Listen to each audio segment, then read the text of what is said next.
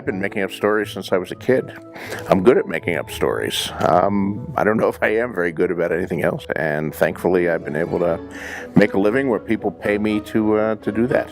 You know, I would like to be remembered for my books and my stories, and I've written a lot of them. Some of them, of course, have already been forgotten, and maybe rightfully so. Others, hopefully, will continue to be read and remembered, and I think Game of Thrones, Song of Ice and Fire is probably the one that will be remembered longest and read most of all, and I still have to finish it, though. I still have 2 books to go, so that's the big task. I was born in Bayonne, New Jersey, industrial city in the East Coast. We had no money. I lived in the Federal Housing Project. We didn't even own a car. We lived on First Street. I went to school on 5th Street. That was my world, 5 blocks. 5 blocks. And Bayonne was my home until I went away to college. I lived there for the first 18 years of my life. And I still get a pang when I go back there. And then I lived in Chicago for a while. Of course, I spent a lot of time in LA working on television and film. I had 2 years teaching in Iowa. And all of those places have special meaning to me. But at this point in my life, after having been here since 1979, I've actually been in Santa Fe longer than I've been in any other place.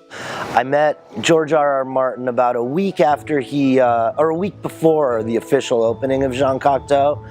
He gave me a pizza, and we've been friends ever since. I think it's amazing what he's done, reviving this old cinema and really being a pillar of the arts in Santa Fe, whether it's a Wolf Sanctuary or the Raptor Center. Whatever it is, you can really count on him to be a voice of reason and somebody who's gonna use his ability and his vast knowledge to do the right thing. Of course, it was while owning the Cocteau and running it that I met Vince Kedlubeck. And then later he came back to Meow Wolf scheme, so that led to Meow Wolf. So one thing leads to another. Meow Wolf was like a very risky venture at the time. Like, we were a bunch of artists that had no business skills and had 0 history, like experience doing any of this.